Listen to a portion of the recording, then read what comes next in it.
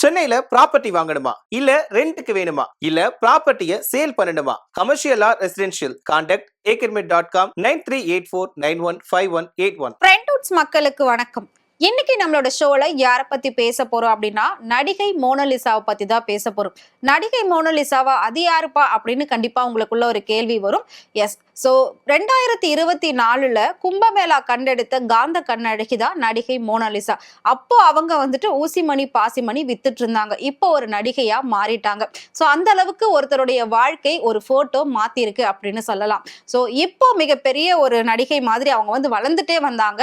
ஆனா வளர நடிகைகளுக்கு நிறைய போராட்டம், நிறைய பிரச்சனைகள் வர்றது சகஜம் தானே. அப்படிதான் இவங்களோட வாழ்க்கையிலும் மிகப்பெரிய ஒரு பிரச்சனை வந்திருக்கு.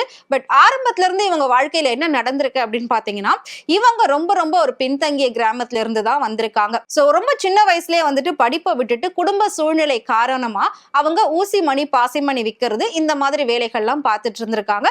அப்போதான் வந்து அந்த ஒரு கும்பமேளான்ற நிகழ்ச்சியில ஒரு போட்டோ எடுத்து இவங்களை வைரல் பண்ணியிருந்தாங்க.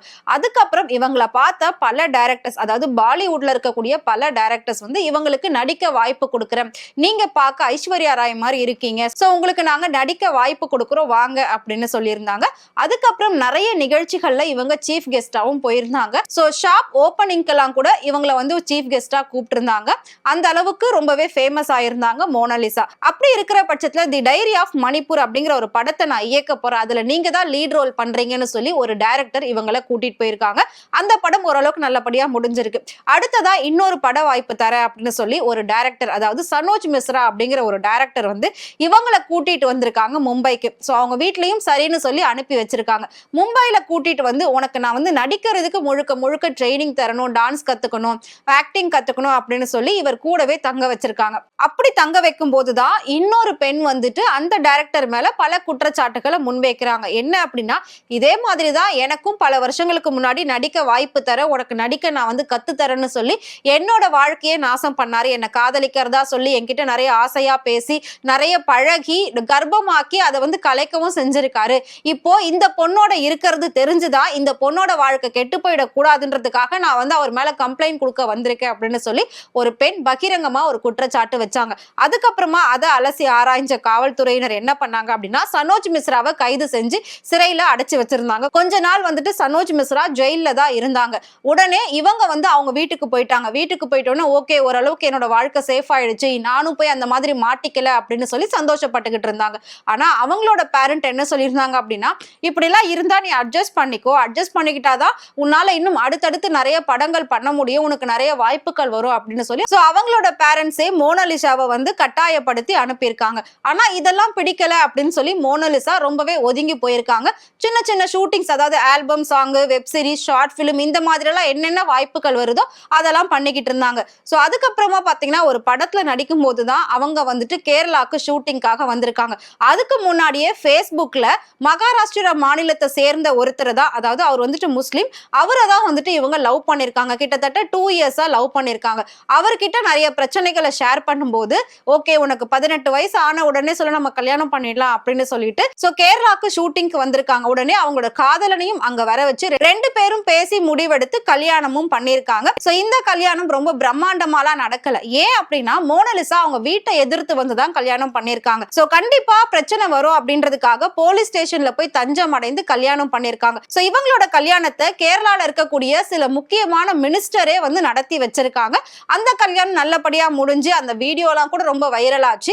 சரி, இனிமேல் அவங்க வந்து லைஃப்ல சந்தோஷமா இருப்பாங்க அப்படின்னு பார்த்தா, ரிலீஸ் ஆகி வந்த சனோஜ் மிஸ்ரா அந்த டைரக்டர் திரும்பவும் இவங்களுக்கு டார்ச்சர் கொடுக்கறதா ஒரு குற்றச்சாட்டை இப்போ முன் வச்சிருக்காங்க.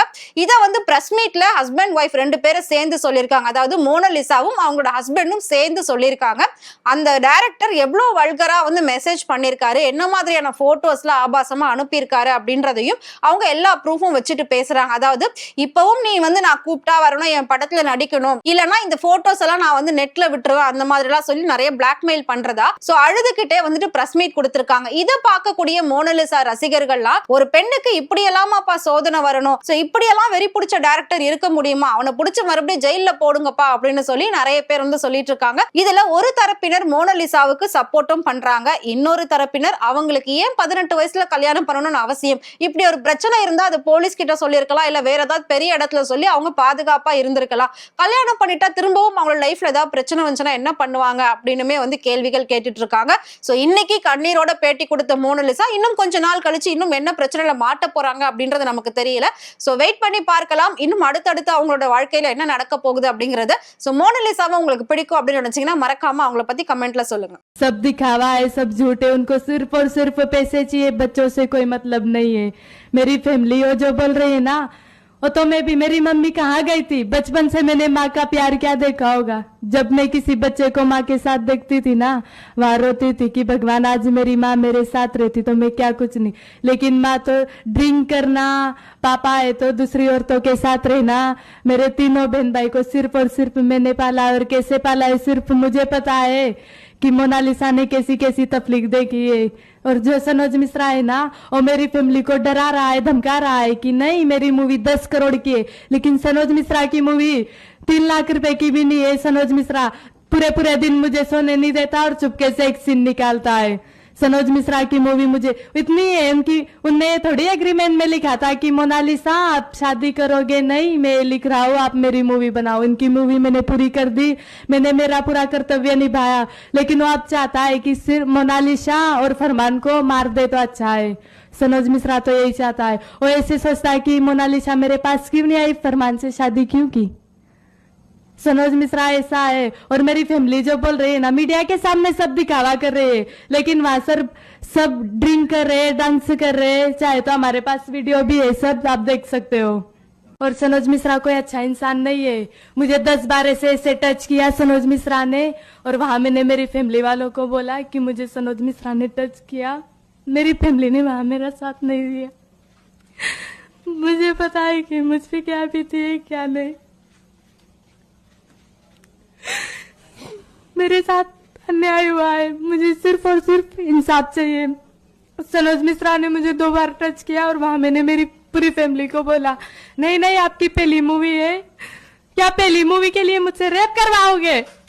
सनोज मिश्रा की मूवी मुझे इतनी है, उनकी उनने थोड़ी एग्रीमेंट में लिखा था कि मोनालिसा आप शादी करोगे, नहीं मैं लिख रहा हूँ आप मेरी मूवी बनाओ। इनकी मूवी मैंने पूरी कर दी, मैंने मेरा पूरा कर्तव्य निभाया, लेकिन वो अब चाहता है कि सिर्फ मोनालिसा और फरमान को मार दे तो अच्छा है।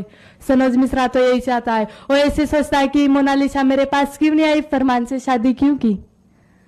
सनोज मिश्रा ऐसा है। और मेरी फैमिली जो बोल रही है ना, मीडिया के सामने सब दिखावा कर रहे हैं, लेकिन वहां सर सब ड्रिंक कर रहे हैं, डांस कर रहे हैं, चाहे तो हमारे पास वीडियो भी है, सब आप देख सकते हो। और सनोज मिश्रा कोई अच्छा इंसान नहीं है, मुझे 10 बार ऐसे टच किया सनोज मिश्रा ने, और वहां मैंने मेरी फैमिली वालों को बोला कि मुझे सनोज मिश्रा ने टच किया, मेरी फैमिली ने वहां मेरा साथ नहीं दिया। मुझे पता है कि मुझ पे क्या बीती है क्या नहीं। मेरे साथ अन्याय हुआ है, मुझे सिर्फ और सिर्फ इंसाफ चाहिए। सनोज मिश्रा ने मुझे 2 बार टच किया, और वहां मैंने मेरी पूरी फैमिली को बोला नहीं नहीं आपकी पहली मूवी है, क्या पहली मूवी के लिए मुझसे रेप करवाओगे।